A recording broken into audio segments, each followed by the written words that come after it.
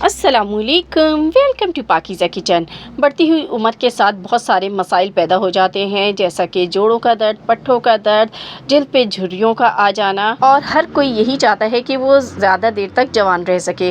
तो ज़्यादा देर तक जवान नज़र आने के लिए आपको आज मैं देने वाली हूँ स्पेशल सी रेसिपी। तो आज हम बनाने वाले हैं यहाँ पर मुर्गी के पंजों का सालन। मुर्गी के पंजे खाने के बेशुमार फ़ायदे हैं।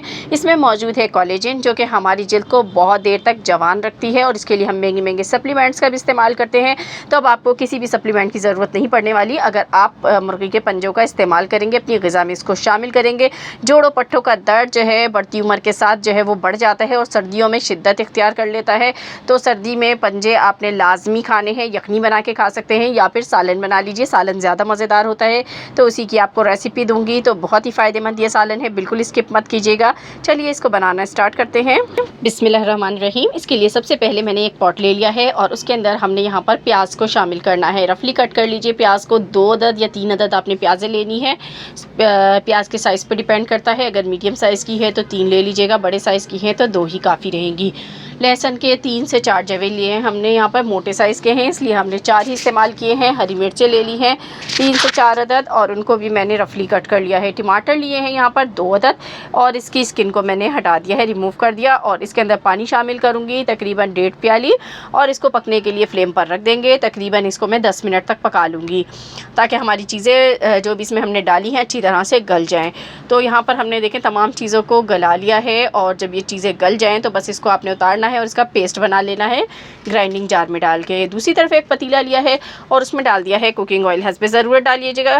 कुछ गरम मसाले हैं साबुत, जिसमें 3 लौंगे हैं, 1 दालचीनी की स्टिक है और 1 तेज़पत्ता है। ये डाल के तेल में कड़कड़ा लीजिए। उसके बाद जो हमने यहाँ पर मसाला निकाला था उसको हमने पेस्ट बना लिया है और इसको इसमें शामिल कर देंगे। इसको डाल के अच्छी तरीके से हमें भून लेना है। तमाम चीज़ों को हमने इसलिए बॉयल किया था कि इस तरीके से डालने से सालन का जो फ्लेवर है वो बहुत ही अच्छा आने वाला है। इसको अच्छी तरीके से फ्राई कीजिएगा ऑयल में, और ये देखें अच्छी तरह फ्राई हो गया है। तो अब बस इसके अंदर आपने शामिल करना है यहाँ पर कुछ ड्राई स्पाइसेस, जिसमें शामिल है आप धनिया पाउडर 1 खाने का चम्मच, लाल मिर्च का पाउडर आधा खाने का चम्मच, हल्दी 1/4 खाने का चम्मच, नमक यहाँ पर 1 खाने का चम्मच है, और यहाँ पर कश्मीरी लाल मिर्च का मैंने थोड़ा सा इस्तेमाल किया है। आपने 1 खाने का चम्मच कश्मीरी लाल मिर्च डालना है और डाल के मसालों को इसके साथ में अच्छी तरीके से मिक्स करना है। उसके बाद थोड़ा सा पानी डालेंगे ताकि मसाले जले नहीं यहाँ पर, और इसको मिक्स कर लेंगे इस तरीके से। तो देखें अब ये भुन रहा है यहाँ पर। जब ये भुनने लग जाए तो इसमें तमाम चीज़ें क्योंकि पहले ही पकी हुई हैं, थोड़ा सा पानी हमने डाला ताकि मसाले भी थोड़े से कुक हो जाएं।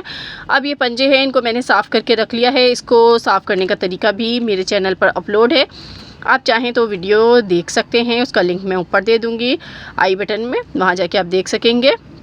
तो इस तरीके से आपने पंजों को साफ़ कराना है, और ये 3 दर्जन पंजे हैं मेरे पास। आसानी से आपको मुर्गी वाले की दुकान से मिल जाएंगे ये। तो बस ये भुन गया मसाला, बहुत प्यारा सा कलर भी देखें इसके ऊपर आ गया है। तो इसके अंदर अब पंजों को शामिल कर देंगे जो कि हमने साफ़ करके और वॉश करके रखे हुए हैं। तो इसको उबालने के 2 तरीके हैं। आप पानी में भी इसको बॉईल करके इसके जिल्द को हटा सकते हैं, रिमूव कर सकते हैं, या फिर आपने चूल्हे पर इसको सेक लेना है, उससे भी इसकी जिल्द आसानी से रिमूव हो जाती है। उसके बाद अच्छी तरह से इसको धो लेना है। यहाँ पर मैंने पंजों को देखें उबाला नहीं है, डायरेक्ट ही इसमें शामिल किया। बहुत ही आज आपको आसान तरीका बताने वाली हूँ, जिससे आपके पंजों का सालन मज़ेदार भी बनेगा और ईजी भी होगा। हर कोई बना लेगा इसको मिनटों में। तो अब मसाले में पंजों को डाल के अच्छी तरीके से भून लीजिए, और इसको भूनने के बाद मैं इसमें पानी शामिल करूँगी। और पानी इतना शामिल करना है कि पंजे उसमें अच्छी तरीके से डिप हो जाएं, क्योंकि अभी हमें इसे कुक करना है। पंजे यहाँ पर कच्चे हैं और इसको गलाने में तकरीबन 40 मिनट लग जाते हैं। तो पानी डाल के और आपने फ्लेम को जब एक उबाल आ जाए उसके बाद आपने मीडियम कर देना है, और मीडियम आंच पर इसको 40 मिनट्स तक पका लेना है। इससे क्या होगा कि इसका अच्छा सा एक तो जायका भी निकलेगा और ये पक जाएंगे अच्छी तरीके से, और इसके तमाम बेनिफिट्स जो हैं वो इसकी ग्रेवी में भी आ जाएंगे। तो बस इसको रख देते हैं और इसके पकने का इंतज़ार करते हैं। आप लोगों से छोटी सी रिक्वेस्ट भी है, वीडियो अभी तक पसंद आ रही है तो वीडियो को लाइक और चैनल को सब्सक्राइब कर लें मज़ीद अच्छी वीडियोस देखने के लिए। बिस्मिल्लाहिर्रहमानिर्रहीम। तो 40 मिनट्स के बाद चलिए चेक कर लेते हैं इसको। तो मैंने पानी थोड़ा ज़्यादा ही डाला है मिकदार में, ताकि पकने के बाद जो है इसकी क्वांटिटी कम हो जाएगी, क्योंकि 40 मिनट्स तक ये जब ग्रेवी में पकेंगे तो ये पानी को थोड़ा एब्जॉर्ब भी करेंगे और फ्लेम पे पक पक के इसका जो ग्रेवी है वो कम होती जाएगी।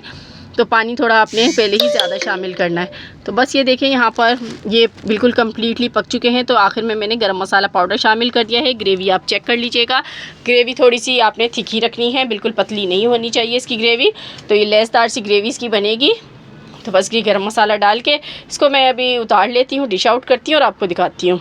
तो ये देखिए हमने ऊपर से हरा धनिया, हरी मिर्च और अदरक से इसको गार्निश कर दिया है। बहुत ही मज़ेदार सा सालन बना है। नींबू डालकर इसको आपने सर्व करना है।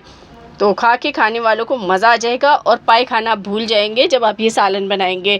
2 की जगह 4 रोटियां खाने पर मजबूर हो जाएंगे। तो कैसी लगी रेसिपी कमेंट बॉक्स में बताइएगा। मिलूंगी नेक्स्ट वीडियो में। अल्लाह हाफिज़।